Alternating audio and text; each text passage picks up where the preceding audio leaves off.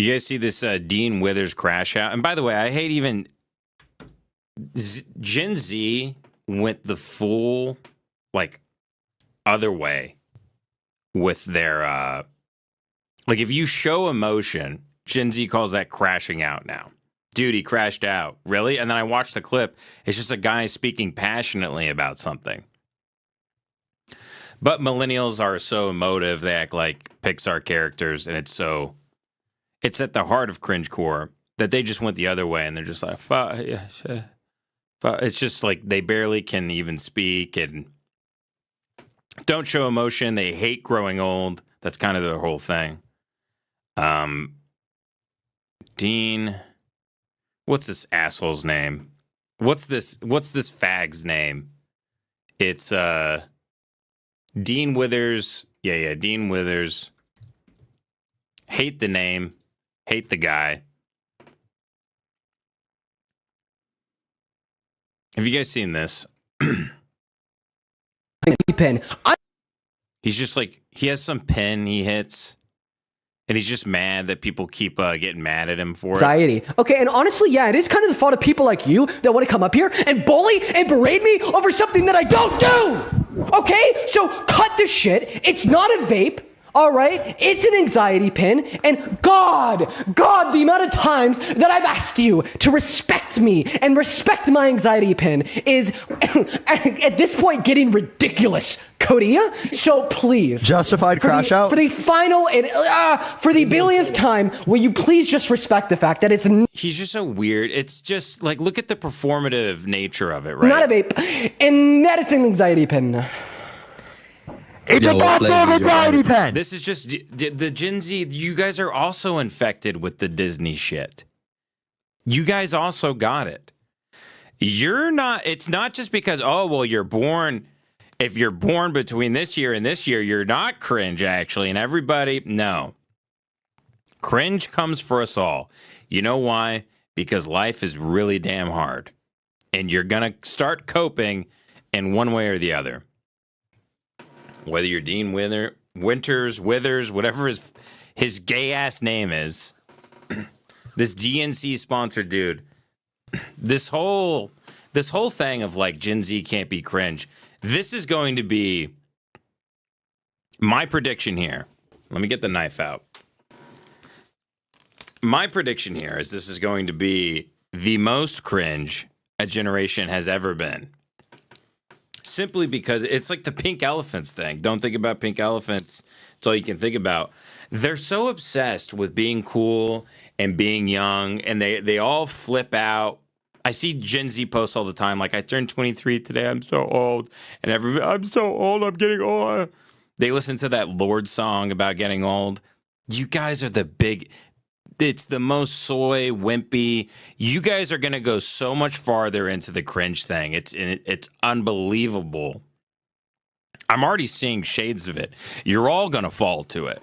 You thought it was just going to be your big brother and big sister? No, sir. No, sir. It's coming for you. It's coming for you. As millennials, Gen Z, it's coming for you. And Gen A is going to think you're the gayest gen to ever live.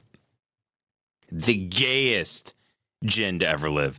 Gen Z kids are like going to AA support groups because they like vaping too much.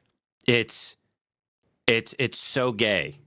It's so gay. And I only have to point this out. I hate pointing this out, but I have to I have to point this out because they act like they're the damn cool generation. You're not. You suck. Every generation sucks. Don't you know that by now? They all stink. They all suck in their own way. And cringe comes for us all. It's like the grim specter of death himself. It comes for you. You're going to have a period where you're cringe. You're going to look back on photographs with that broccoli hair and that stupid shirt you bought at Urban Outfitters. And you're going to cringe because you're cringe. You're cringe. Everybody's cringe. Being alive is cringe. You crash out the moment you wake up. It is what it is.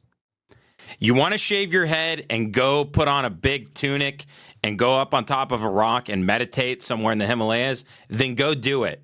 If you want to tap out and not be a part of this whole thing, a part of this whole conversation, if you don't want to be in the big story, if you don't want to spin a plate, if you don't want to have a job, if you don't want to pay taxes that fund a genocide, then hey, man, have at it.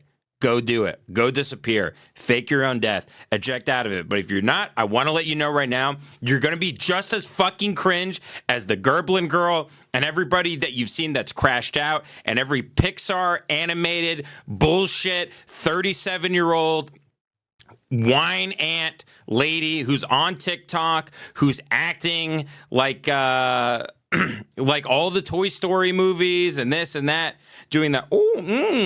Me thinks my boyfriend is.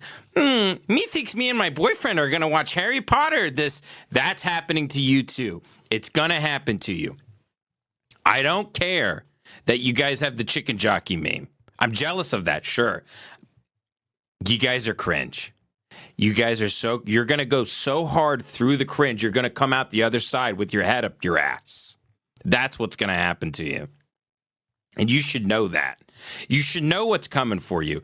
You should know that it's coming. It's coming like there's a storm coming like you've never seen. There's a cringe theme coming like you've never seen. You guys are going to be the biggest, whiniest, most just soy generation of people that have ever lived, ever.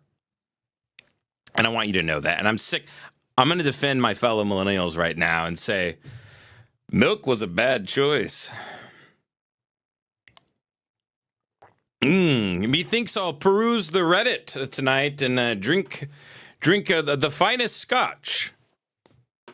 Yeah, if that's our version of cringe, it's just like quoting The Hangover and Anchorman and being on Reddit. Hey, man, you guys have a whole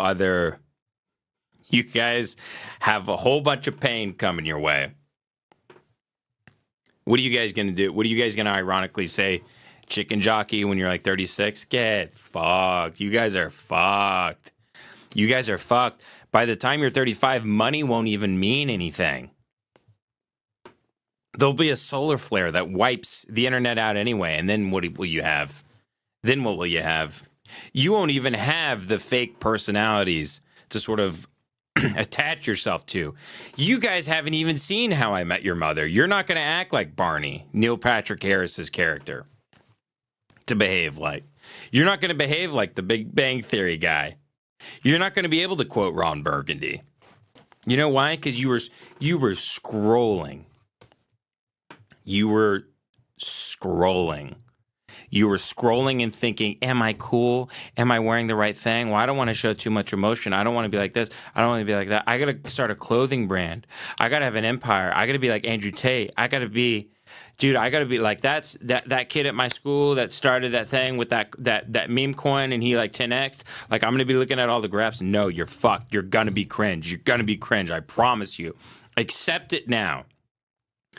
It's the Ryan guy knows about this in the chat. This is the individuation process. You guys are suffering from so much tension right now. And I don't even know if anybody who's Gen Z is watching this right now. There's so much tension right now because you guys have this whole unlived life in front of you. Accept the cringe, okay? This is the shadow. This is your shadow self. This is the cringe. Accept the cringe within to yourself. It's going to be painful, and it's going to take a very long time to drill a well and dive deep down into your belly.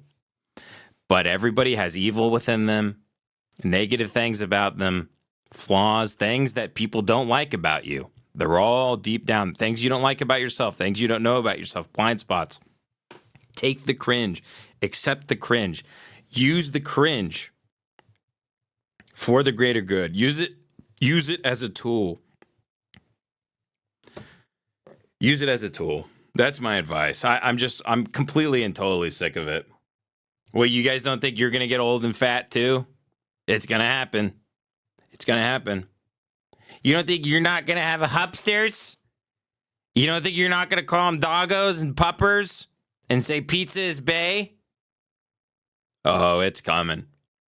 It's coming. You guys have no idea the amount of pain you're going to be in. You're going to be in a big cringe bog. You're going to be up to your tits in it, wading through the cringe. And at that point, there will be no one there to save you. And you'll look back and you'll look at Gen A, and they'll all call you fags. They're all raised on iPads. They'll look up from their iPads, they'll call you gay and go right back to their game. They don't give a damn. They don't give a damn. You know, Spud from War Mode made a good point. Every time you look at your phone, you're diving into this place that's like outside of space and time. And when you look up from it again, you're back in the real world. And if you spend 8 hours a day, 10 hours a day, 12 hours a day on your phone, now by the time you're like 25, you're really like still in adolescence. You're like an 11-year-old because you've just been scrolling your whole life. You haven't been in the real world. So you're like, oh, I feel like a kid, but I'm like 30 now, but I feel like time is moving by really quickly and blah, blah, blah. Maybe you should have learned to read. Maybe you should have learned to have sex.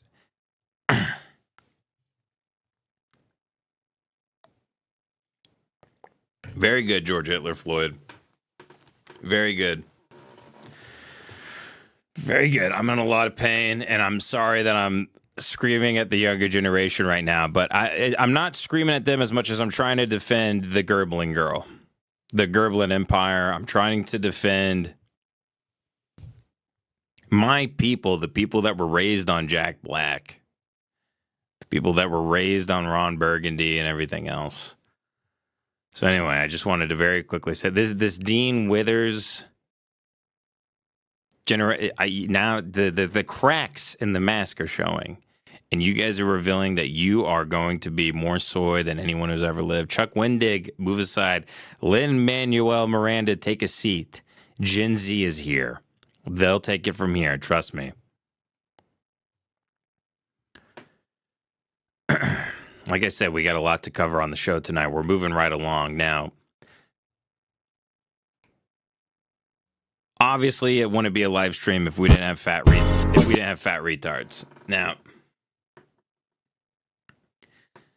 oh, nice. Someone's got a nice little fat boy ice cream sandwich in there. They told me at the doctor today that, like, I ate. I've only been eating 2 meals a day, but after we recorded the podcast last night, I ate a bunch of Taco Bell, and then at 3, 4 in the morning, my back seized up. I couldn't sleep all night. Katie made me take a bunch of Motrin so I could finally sleep like 3 hours, and I can't have things with a bunch of sodium, and so I got to start eating better too, because then it's just going to make my muscles more inflamed and seize up to try and protect my back and my neck, and that's why I'm experiencing everything right now. But goddamn, I mean, you can see from my fucking swollen face, I ate like 3,000 calories worth of Taco Bell, and it was unbelievable. There's nothing I love more than getting Taco Bell, parking my Tesla, and on the big iPad, I watch Old Charlie Rose, and I have the Supreme Lux box, maybe a featured item, an extra nacho, and a large Mountain Dew Baja Blast Zero. And that iPad, I put it on full brightness, light it up, got it on YouTube, watching Harold Bloom's Shakespeare lectures or Old Charlie Rose, talking to Trey Parker and Matt Stone or David Letterman. Sometimes I'll just watch old David Letterman in my car. And it's a sanctuary away from my life. In that car, I am, for only $300 a month, I live like a king in that thing. And the AC doesn't even work in it right now, so I have to leave it off. And I turn on the AC, it blasts up to 100, and the outside of the car, it says it's 145 degrees. I called Tesla. They says that's really not good, and there might be something wrong with the battery, and I probably shouldn't park it in the house. So I got to take it somewhere. But if I leave the AC off, the outside of the Tesla doesn't get too hot, and I'm afraid it's going to turn into a bomb and possibly take out me and my family. But here we are.